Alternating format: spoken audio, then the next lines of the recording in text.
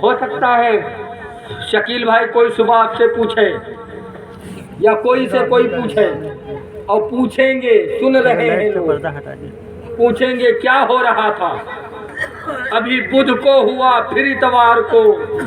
ہاں ٹھیک ہے بھائی، خرچہ میرا اللہ دے رہا ہے اپنے محبوب کا صدقہ، نواسوں کا، اپنے نبی کے نواسوں کا صدقہ انہی کے نام پر خرچ ہو رہا ہے. پریشانی تمہیں کیا ہے؟ ہاں؟ پریشانی تمہیں کیا ہے؟ نتیجہ تمہیں کیا ہے نا؟ تم چھپ چھپ کر دیکھتے رہو. کبھی کبھی تو مجھے آیت کریمہ یاد آتی ہے، بہت ایمانداری سے ہم پڑھتے ہیں اہدنا الصراط المستقیم. وہ لوگ ترجمہ کیا کرتے ہیں؟ اے اللہ سیدھا راستہ دکھا. ہاں یہی ترجمہ کرتے ہیں، اے اللہ سیدھا راستہ دکھا. اور ہم ترجمہ کیا کرتے ہیں؟ اہدنا الصراط المستقیم. اے اللہ سیدھے راستے پر چلا، اے اللہ سیدھے راستے پر چلا. تو وہ تو میں نے جلوس میں دیکھ لیا، ہم لوگ سیدھے راستے پر نبی کی محبت میں چل رہے تھے. کچھ لوگ کھڑے کھڑے اوپر سے دیکھ رہے تھے، تو جنہوں نے دیکھنے کی دعا کی وہ دیکھتے رہے، جنہوں نے چلنے کی دعا کی وہ چلتے رہے. دیکھنے والوں کو دیکھنا مبارک ہو، چلنے والوں کو چلنا مبارک ہو. اور جیسی جس کی دعا ہوتی ویسے ہی نتیجہ ہوتا ہے. سمجھ رہے نا؟ تو اس لیے کوئی پوچھے کیا ہو رہا تھا تو کہنا بڑے فخر سے نبی کا میلاد ہو رہا تھا، علی کا ذکر ہو رہا تھا، اہل بیت کا ذکر ہو رہا تھا. نہ تو منقبت پڑھی جا رہی تھی، نہ تو منقبت پڑھی. اے بیٹا اے کرسی یہیں بیٹھ. نہ تو منقبت پڑھی جا رہی تھی. تو بڑے بھولے انداز میں آپ کے قریب آتے ہیں. کیا کیا انتظام کیا تھا؟ توجہ میری طرف ہے. ختم کروں ہے نا؟ زبردستی نہیں سنانا چاہتا ہوں ہے نا. جلدی سے ہاتھ اٹھا کر بتائیں آپ لوگ کتنے لوگ نہیں سننا چاہتے. جب جلسہ کرانے والا ہی نہیں سننا چاہتا ہے کوئی بات نہیں، ہوتا ہے نا، یقین ہے کہ سن رہے. ہاں یہ ابتدائے عشق ہے، روتا ہے کیا آگے آگے دیکھ ابھی ہوتا ہے. ہاں یہ ابتدائے عشق ہے، روتا ہے کیا آگے آگے دیکھ ابھی ہوتا ہے کیا. میں بڑے فخر سے کہتا ہوں ہم میلاد کرتے ہیں، دلیل ہمارے پاس ہے. ہاں ہم سلام پڑھتے ہیں، دلیل ہمارے پاس ہے. بیٹھ کر تکبیر سنتے ہیں، حی علی الصلاۃ حی علی الفلاح فلاح پر کھڑے ہوتے ہیں، دلیل ہمارے پاس ہے. تمہارے پاس اگر میلاد نہ منانے کی دلیل ہے تو سامنے آؤ، سلام نہ پڑھنے کی دلیل ہے تو سامنے آؤ، کھڑے ہو کر تکبیر سننے کی دلیل ہے تو سامنے آؤ. آؤ گے کیا جب کچھ ہے ہی نہیں؟ کچھ ہے ہی نہیں. ہاں کچھ نہیں ہے، حقیقت بات ہے. بس اتنا خالی ہے بڑوں سے سنا ہے، اپنے بڑوں سے سنا ہے، دلیل کچھ نہیں ہے. ہاں اللہ کا شکر ہے دلیل دے کے بولوں گا میں. کوئی پوچھے کیا ہو رہا تھا کہہ دینا جلسہ ہو رہا تھا، نبی کی میلاد ہو رہی تھی، اللہ والوں کا ذکر ہو رہا تھا. تب آپ کو سمجھائیں گے کیا کیا انتظام تھا. تو آپ کہہ دینا 20 بائی 60 پنڈال ایک لگا تھا خواتین اسلام کے لیے، 20 بائی 20 کا ایک پنڈال لگا تھا، 4 ساؤنڈ تھے، 8 ہارن تھے، 200 کرسیوں کا انتظام تھا، سامعین کے لیے چائے کا انتظام تھا، کھانے کا انتظام تھا، علماء کے لیے انتظام تھا، شیرینی کا اچھا VIP انتظام تھا، صدقہ حسین لنگر مولائے کائنات لٹایا جا رہا تھا. بتا دینا بڑے ادب کے ساتھ، بڑے دعوے کے ساتھ کہہ دینا. تو آپ کو وہ بڑی عزت سے سمجھاتے ہیں بھائی یہ بتاؤ علماء کو بلایا، اتنا خرچہ کیا، پنڈال لگوایا، شیرینی بٹوائی، یہ بتاؤ کتنا خرچہ ہوا. تو جو شکیل بھائی کا خرچہ ہوگا وہ بتا دیں گے، وہ بڑے ادب سے سمجھائیں گے شکیل بھائی اتنا پیسہ خرچہ کرنے کی کیا ضرورت تھی، پنڈال لگانے کی کیا ضرورت تھی، کھانا بنوانے کی کیا ضرورت تھی، اتنا پیسہ بچا کر کے اپنے مسجد میں دے دیتے، لوٹا آ جاتا، چٹائی آ جاتی، مصلی آ جاتا، جا نماز آ جاتی، مسجد کے چاہیے کام ہو جاتا، مسجد کا وہ کام ہو جاتا، یہ کام ہو جاتا، وہ کام ہو جاتا۔ مجھے بھی ملتے ہیں لوگ تو ان سے بتا دینا، مجھے بھی ملے تھے نا، میں آج سے 6-7 سال پہلے کی بات کر رہا ہوں، جب عمریہ میں میں نے ایک جلسہ کروایا تھا، عظمت مصطفیٰ کانفرنس، دوسرے دن میں سدھولی آیا تو میں ان کو بخوبی پہچانتا ہوں، نام نہیں جانتا ہوں، اگر وہ کل چوراہے ملے تو میں بتا دوں گا یہی آدمی تھا جس سے مجھے پوچھا تھا ڈر نہیں ہے، اللہ کا شکر ہے۔ اس نے مجھ سے پوچھا آپ کی عمریہ میں کیا تھا، میں نے کہا عظمت مصطفیٰ کانفرنس بنایا جا رہا تھا، میں نے کہا کیا کیا، کہنے لگا کیا کیا انتظام تھا، میں نے کہا عبد المصطفیٰ حشمتی رودولی سے آئے تھے، مولانا کمال الدین صاحب لکھنؤ سے آئے تھے، قاری زاہد رضا بریلی سے آئے تھے، حافظ تسلیم رضا پیلی بھیت سے آئے تھے، تمام تر علماء تھے، اچھا ڈیکوریشن تھا، مائک کا انتظام تھا، بستر کا انتظام تھا، علماء کے کھانے کا انتظام تھا، عوام کے کھانے کا انتظام تھا۔ کہنے لگے کتنا خرچہ ہو گیا، میں نے کہا تقریباً 50-60 ہزار روپے خرچ ہو گیا۔ اس نے کہا مولانا صاحب اتنا پیسہ خرچہ کرنے کی کیا ضرورت تھی،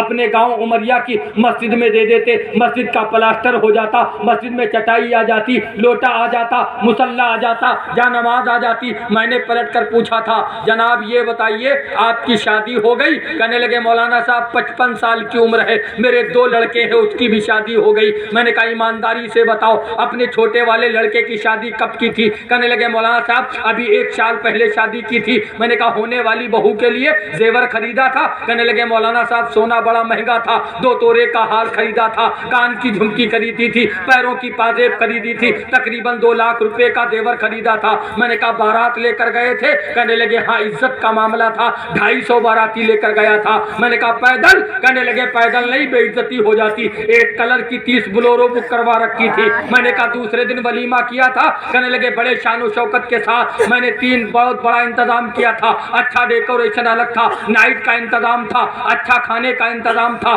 VIP انتظام تھا۔ میں نے کہا اب اصلی مدعے پر آ جاؤ، یہ بتاؤ خرچہ کتنا ہوا، کہنے لگے تقریباً 7 لاکھ روپیہ خرچ ہو گیا ہوگا۔ میں نے کہا بے وقوف اتنا پیسہ خرچہ کرنے کی کیا ضرورت تھی، اپنے بیٹے کو دولہا بنا لیتے، 1 گواہ لے لیتے، ساتھ میں قاضی لے لیتے، لڑکی والے کے دروازے پر پہنچ جاتے، 1 گواہ لڑکی والے کی طرف سے لے کر کے لڑکی کو پردے کے پیچھے بٹھا کر کے 2 گواہوں کے درمیان قاضی تمہارے اس کی لڑکی سے اجازت لے کر کے تمہارے لڑکے کو قبول کروا دیتا، نکاح ہو جاتا، 7 لاکھ روپیہ بچ جاتا، اپنے محلے کی مسجد میں دے دیتے، لوٹا آ جاتا، چٹائی آ جاتی، مصلی آ جاتا، جانماز آ جاتی، مسجد کا پلاسٹر ہو جاتا۔ کہنے لگے مولانا صاحب وہ میری زندگی کا سہارا تھا، میرا بیٹا تھا، میرا لخت جگر تھا، میرا نور نظر تھا، میں نے خرچ کیا، اپنے بیٹے کی محبت میں خرچ کیا۔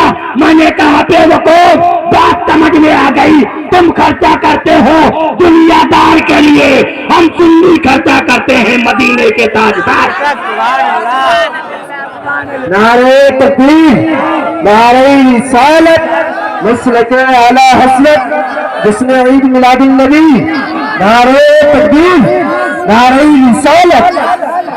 سنو توجہ سے سنو، جب کوئی تمہیں بہکائے تو کہیں مت جانا، مدرسہ وارث العلوم چلے آنا۔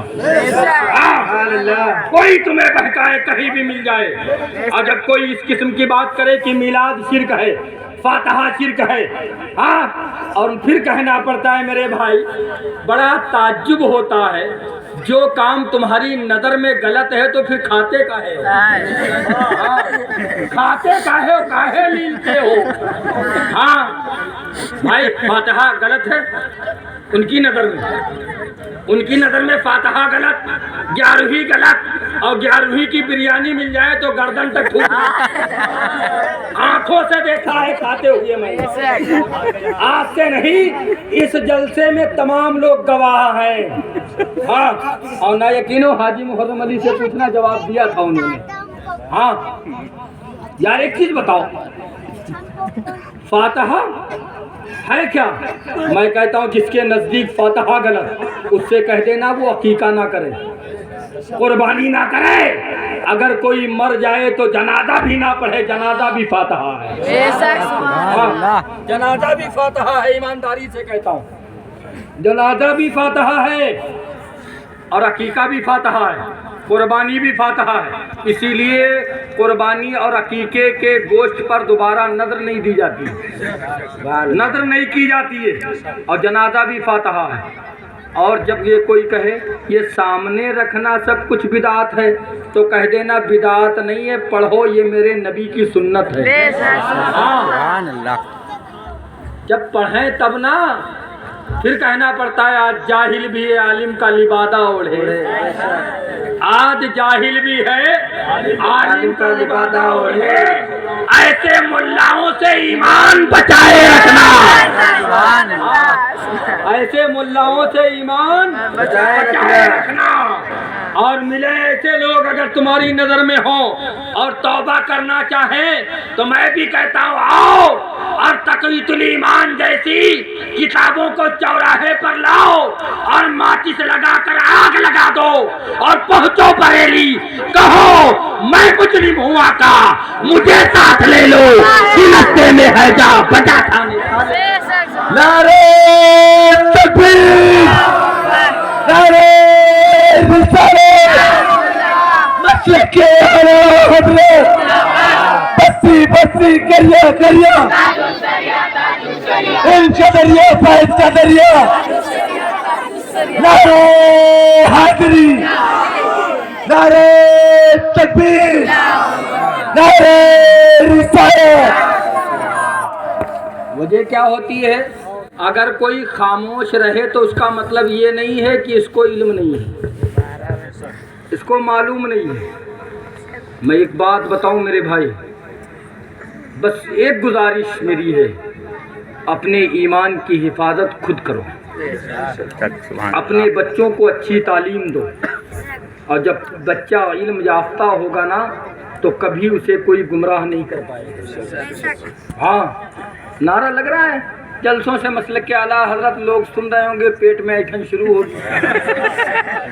ہاں نہ لگاؤ، ابھی ناظم صاحب نے بتایا کوئی نیا مسلک نہیں ہے، یہ مسلک امام اعظم ابو حنیفہ ہے،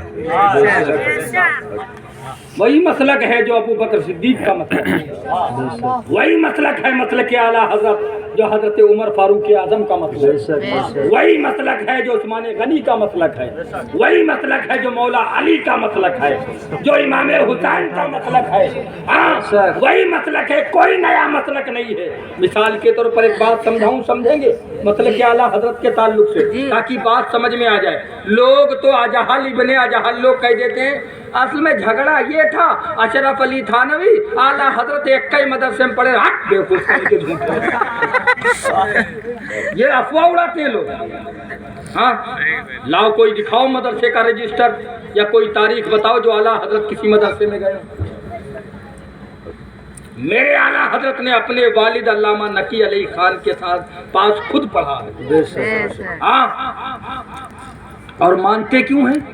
ایک جملہ بولوں توجہ سے سنیے گا، ہندوستان میں اگر کسی نے دین پھیلایا ہے تو اس ذات کا نام غریب نواز ہے۔ اگر کسی نے دین پھیلایا ہے تو اس ذات کا نام غریب نواز ہے، اگر کسی نے ایمان کو بچایا ہے تو اس ذات کا نام اعلیٰ حضرت ہے، اس ذات کا نام اعلیٰ حضرت ہے۔ میں ایک مثال دینا چاہتا ہوں، جیسے کوئی آر سی سی روڈ بنی ہو، کوئی آر سی سی روڈ بنی ہو، بہت پرانی روڈ ہو پہلے دور سے، اب وہ اوبڑ کھابڑ ہو گئی ہو، اس میں گڈھے پڑ گئے ہوں، اس میں گڈھے پڑ گئے ہوں، اور جو وقت کا ودھایک یا ایم ایل اے جو بھی ہو اگر اس کو مرمت کروا دے تو مرمت کروانے کے بعد جہاں پر روڈ بننا مکمل ہوتی ہے وہاں پر نکڑ پر ایک بورڈ لگایا جاتا ہے کہ نہیں لگایا جاتا ہے، سوجنیہ سے ایم ایل اے صاحب، سوجنیہ سے ودھایک صاحب، یعنی فلاں نے یہ روڈ بنوائی ہے۔ تو اب جس نے نئے سرے سے روڈ بنوائی اس سے پوچھو اے ودھایک صاحب یا اے فلاں نیتا جی یہ بتاؤ روڈ تو بہت پرانا ہے، روڈ تو ہمارے باپ دادا کے زمانے سے ہے، اس پہ اپنے نام کا بورڈ آپ نے کاہے لگایا ہے؟